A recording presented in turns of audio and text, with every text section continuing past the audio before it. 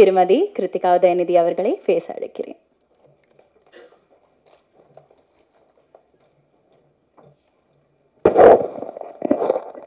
எல்லாருக்கும் வணக்கம். Media people எப்போதுமே சப்போர்ட் பண்ணியிருக்கீங்க. நான் இப்போ வரைக்கும் எல்லா படமும் எடுத்தது இங்கே இருந்து எனக்கு உங்கள் ஃபீட்பேக் கொடுத்துருக்குறீங்க. ஸோ காதலிக்க நேரமில்லை பார்த்துட்டும் நீங்கள் என்ன சொல்லுவீங்கன்ட்டு நான் அவளோட காத்துட்ருக்குறேன். ஜெயம் ரவி கிட்ட நான் வந்து காதலிக்க நேரமில்லை அப்போ பேர் கூட டைட்டில் கூட இல்லை, இந்த கதை மட்டும் இருந்துச்சு. அவர்கிட்ட சொல்லும்போது இப்போ இருக்கிற ஆக்டர்ஸ் நீங்கள் பார்த்தீங்கன்னா படத்தில் எத்தனை கத்தி வரும், எத்தனை கன்ஸ் வரும், எத்தனை சண்டை வரும், ஃபஸ்ட்டு எடுத்தோடனே அவங்க அதுதான் அவங்க கேட்பாங்க. இந்த படத்தில் வந்து ரவி நம்ம ஒரு பட்டர் நைஃப் கூட யூஸ் பண்ண மாட்டோம் அப்படின்னு சொன்னேன். தைரியமாக அந்த படம் யூஸ்வலாக ஒரு ஆக்டர் வந்து கொஞ்சம் ஆக்ஷன் படமே பண்ணிகிட்ருக்கிறேன், நான் அந்த இமேஜ் நான் மெயின்டைன் பண்ணணும், இந்த இமேஜ்குள்ளே நான் திருப்பி வந்துட்டேன்னா அப்படின்ற ஒரு குழப்பம் இருக்கும். ரவிக்கு ரொம்ப கிளியராக ஃபஸ்ட்டு எடுத்தோடனே நான் பண்ணுறேன், அவ்வளோதான். அதுக்கப்புறம் நோ லுக்கிங் பேக், வேறு எதுவுமே கேள்வி கேட்கல. தைரியமாக என்னை நம்பி அவர் வந்து இந்த கதை பண்ணார். So thank you Ravi. அண்ட் நீங்கள் பாலச்சந்தர் சாரோட என்னை கம்பேர் பண்ணும்போது எனக்கு ஒரு வாட்டியும் I am getting goose bumps because I am so like overwhelm by that. I adore him.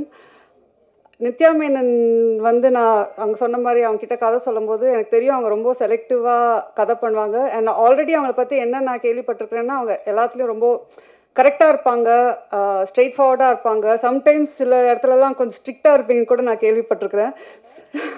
So when I met you நான் அந்த ஒரு இதில் தான் இருந்தேன். ஸோ ஃபஸ்ட் டைம் ஷூட்டிங் போகும்போது அவங்ககிட்ட நம்ம எப்படி பேசுறது, டக்குன்ட்டு ஏதாவது இதாகுமா, ஏதாவது அவங்க கொஞ்சம் ஸ்ட்ரிக்டாக இருப்பாங்களா, ஏன்னா எனக்கு வந்து வேறு I am like exact opposite from till today. Exactly. But அதுதான் வெளியில் ஏன் அப்படி பேர் உங்களுக்கு ஸ்ட்ரிக்ட் ஆஃபீஸர்ன்னு இருக்குன்னு தெரில. Till today I feel like that it's a friendship that is going to last foreverன்ற மாதிரி தான். ஸோ அந்த அளவுக்கு வந்து கம்ஃபர்ட், அந்த அளவுக்கு காதலிக்க நேரமில்லைக்கு ஒன் ஆஃப் த மெயின் பில்லர்ன்னு சொல்லலாம். சொன்ன மாதிரி ரவி சொன்ன மாதிரி அவங்களோட கேரக்டர் அந்த போல்டாக அதை ஏற்றுட்டு பண்ணுறது வந்து நிறைய பேர் அது பண்ண மாட்டாங்க. So thank you Nithya. And Vinay வந்து அவர் இந்த படத்தை ஓகே எனக்கு ஃபஸ்ட் டைம் மீட் பண்ண படம் அவருக்கு கதை சொல்லும்போது அப்படியே யோசிச்சாரு, கிரு ஓகேயா இது வந்து எப்படி அது மாதிரி ஏதாவது டைப் காஸ்ட் பண்ண, அதெல்லாம் எதுவுமே இல்லை Vinay. we have to break certain things in society. We have to normalize a lot of things அப்படின்னு சொல்லும்போது அவங்க okay I completely trust you அப்படின்னு சொன்னது தான். அவர் இன்னைக்கு வரைக்கும் அவர் ஃபுட்டேஜ் எப்படி என்ன ஏது எதுவுமே கேட்கல. அவர் வந்து ஐ திங்க் அதனால தான் அவர் one of the like best actors where he's willing to do different characters. In fact நான் அதுக்கு முன்னாடி 2-3 பேர்கிட்ட கேட்கும்போது அவங்களும் ஒரு பயத்தில் இருக்கிறாங்க. ஐ திங்க் ஒரு ஆக்டராக பயப்படவே கூடாது. You should try.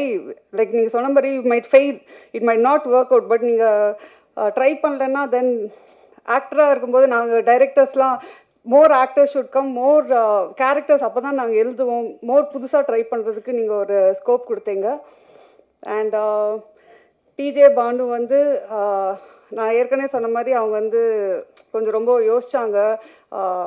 ஒரு சப்போர்ட்டிங் ஆக்டராக ஆனால் ரொம்ப இம்பார்ட்டண்ட்டான ரோலாக எனக்கு very close to my heart அந்த கேரக்டர். ஸோ ஃபஸ்ட்டு வந்து இல்லை ஐ எம் நாட் டூயிங், நான் வந்து மெயின் லீட்ஸ் கொஞ்சம் பண்ணுறேன், பட் இது வந்து ஒரு ஸ்மால் பட் இம்பார்ட்டன்ட் ரோலாக இருந்துச்சு. ஃபஸ்ட்டு பண்ணலன்ட்டாங்க.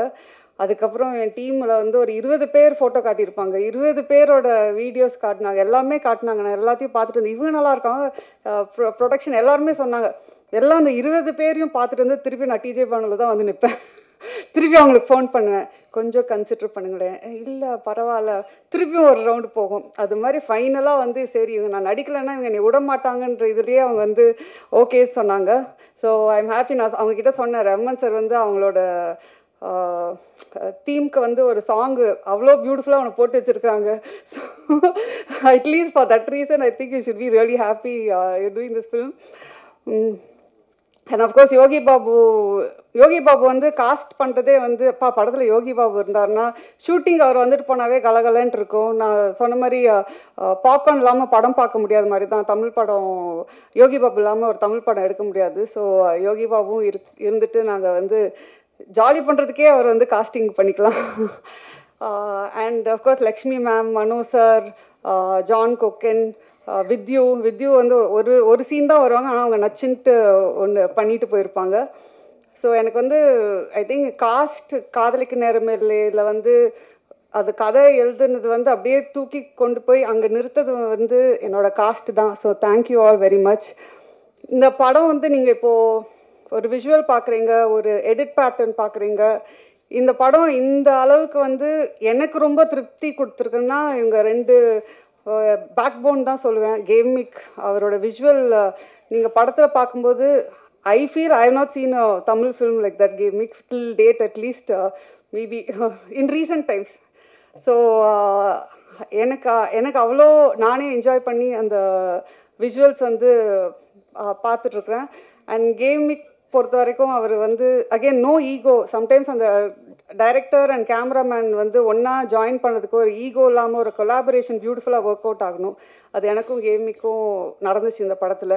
ஸோ அதனால தான் நீங்கள் சொல்ல மாதிரி இந்த படமே ஃப்ரம் பிகினிங் டு எண்ட் வந்து it was lovely shooting. Daily காலைல ஐயோ ஸ்கூலுக்கு போகணுமேன்றதுலாம் ஜாலியாக ஸ்கூலுக்கு போகலாம் லஞ்ச் கட்டிட்டுன்ற மாதிரி தான் நாங்கள் எல்லாம் மீட் பண்ணுவோம். அண்ட் கிஷோர் சொன்ன மாதிரி அதாவது அந்த எடிட் ரூமில் நாங்கள் 2 பேரும் நிறையா கற்றுக்கிட்டோன்னு நினைக்கிறேன். ஒரு ஃபில்ம் மேக்கிங்னாவே அங்கே நிறையா விஷயம் நாங்கள் கற்றுக்கிட்டு டிஸ்கஸ் பண்ணி ஒரு ஷார்ட்டும் ஒரு இதுவும் நிறையா நாங்கள் வந்து சேஞ்ச் பண்ணி but it was a learning experience for me and Kishore. அதுதான் சொல்லுவேன். ஸோ அஃப்கோர்ஸ் ப்ரொடக்ஷன் வந்து எல்லோரும் நினச்சிப்பாங்க இது ஏன் ப்ரொடக்ஷன் ஹவுஸ் அப்படின்றது. ஆனால் சத்தியமாக அப்படி இல்லை. ஒன்றுத்துக்கும் நான் அந்த கேள்விக்கு பதில் சொல்லணும். வந்து கேள்வி கேட்பாங்க, என்ன இந்த பட்ஜெட், என்ன இங்கே வேறு என்ன அப்படின்னு கேள்வி கேட்பாங்க. அதுக்கு நான் வந்து I hope I was like a producer's director. நீங்கள் வெளியில் அதை ஸ்ப்ரெட் பண்ணிங்கன்னா எனக்கு வேறு ப்ரொடக்ஷன் சான்சஸ் கிடைக்கும். So thank you. Of course Rahman sir பற்றி என்னால் வந்து எவ்வளோ மேடை போட்டாலும் பேசிகிட்டே இருப்பேன்னு நினைக்கிறேன். நான் அவர்கிட்டே வந்து பேசிகிட்டே இருப்பேன். சார் நீங்கள் எனக்கு அப்படின்ற மாதிரி அவர் வந்து சரிம்மா கண்ட்ரோல் யுவர் செல்ஃப்ன்ற மாதிரி தான் இருப்பார். ஒரு பாட்டும் போடும்போது நான் அப்படியே அங்கே வந்து அப்படியே கண்ட்ரோல் பண்ணிகிட்டு இருப்பேன் என்னோடய ஃபீலிங்ஸை.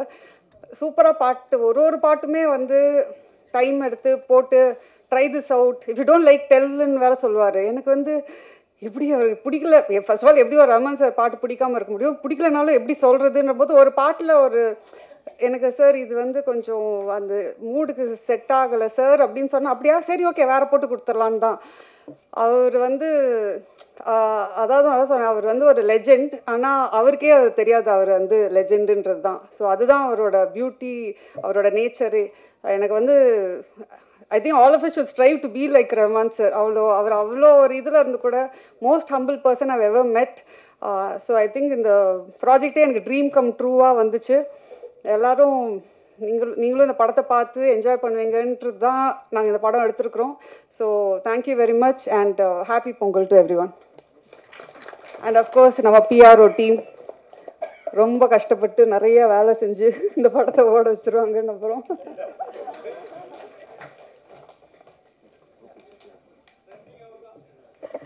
ஒரு குரூப் பிக்சருக்காக மே ஐ ப்ளீஸ் ரிக்வெஸ்ட்